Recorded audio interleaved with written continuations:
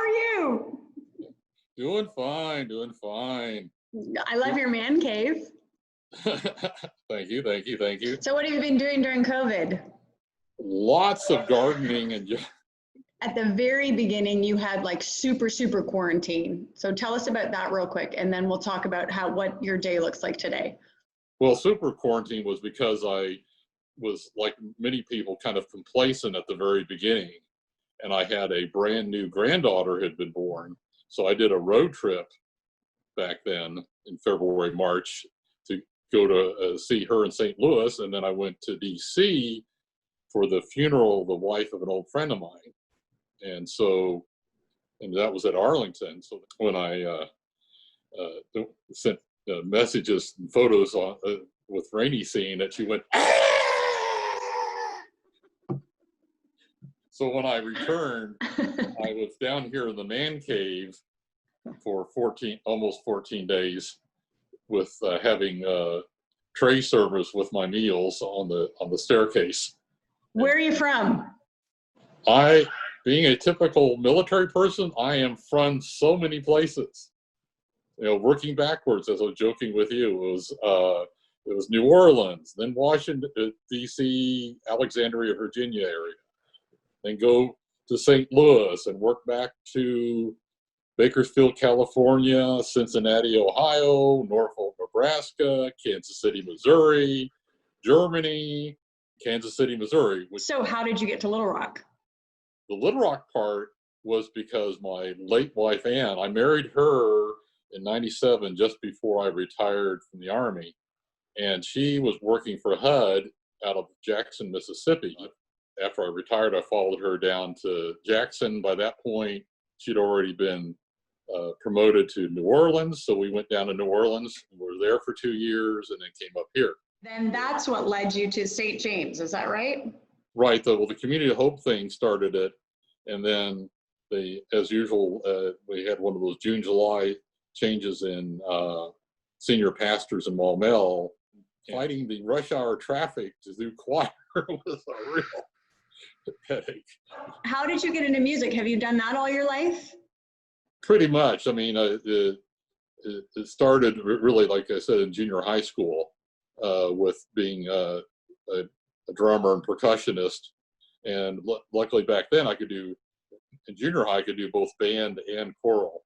So I was my first choral performance was a Christmas program singing Stille Nacht as a duet. So when you're not doing music or chaplaincy, what do you do for fun? Well, going jogging, long walks, whatever Rainey wants me to do. All right, so at the bottom of your emails, you always have Matthew 25:35-40. Can you tell us about that verse? Tell us what the verse is, first of all, and then tell us about that. Well, the thing is that it's the separating the sheep from the goats, one, and it also talks about, God saying, when you did this, that's you were doing it for me. And so, and all those acts of kindness and compassion, I always say that's the balancing part of faith versus works, is that people like to get into John 3:16, saying that's all that matters. And I say, no, you have to balance that with the works of Matthew 25:35. When were you baptized? I was baptized around, I think it was, third or fourth grade. So that would have been about 8, 9 years old, somewhere around there. And that was the classic thing for the time, for you're talking back in the 60s. I'd been going to public school, and my dad, who I'd lovingly describe as Archie Bunker with a German accent, decided that I needed to go to parochial school because the public school was being integrated.